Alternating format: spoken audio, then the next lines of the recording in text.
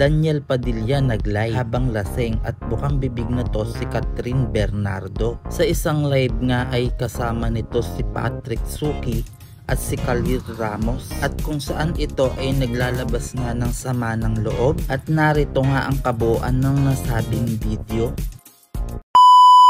Minsan nagagalit siya sa akin, wala ako sa mood, pero hindi ko masyado, alam mo yan, sorry. Asa na ba si Catherine? Kasi dapat kami nag-uusap ng ganito. Nag-open up ako kay Papa Jack. Idol ko si Papa Jack, pare.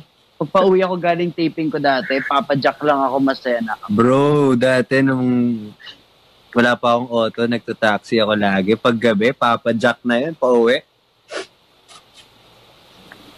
Ano ba kasing problema mo? Pero alam mo kung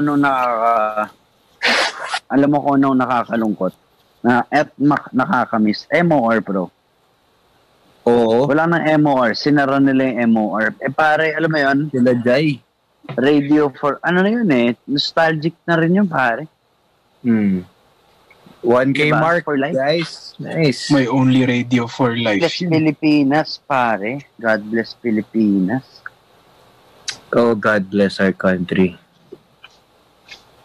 Oh my God. Nasipa ko yung extension, namatay yung ilaw. Sana di ko nasira yung namatay, bro, pare. Meron po tayong technical difficulties. What's happening? Nako. So, itong purpose ng live na to ay nakita lang po natin kung paano mapatulong lang ako. Daniel Padilla. Nakikita nyo ako? Rudes?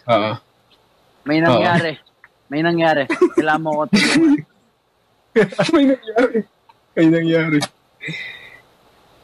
Ito yung bukid kong pinto. Hindi namin kita, bro. Namatay yung ilaw. Hindi namin makita. Yung extension, namatay. Shoutout nga pala kay Ariel Garcia. Saranghayo. Saranghayo. Nawala yata sa natanggal yung extension, Kuya Rods. Ayan, Alright, ang ba, baby? Ayos na. Konting lang. Yeah. Hey there. Subscribe to my channel. And also press this bell icon.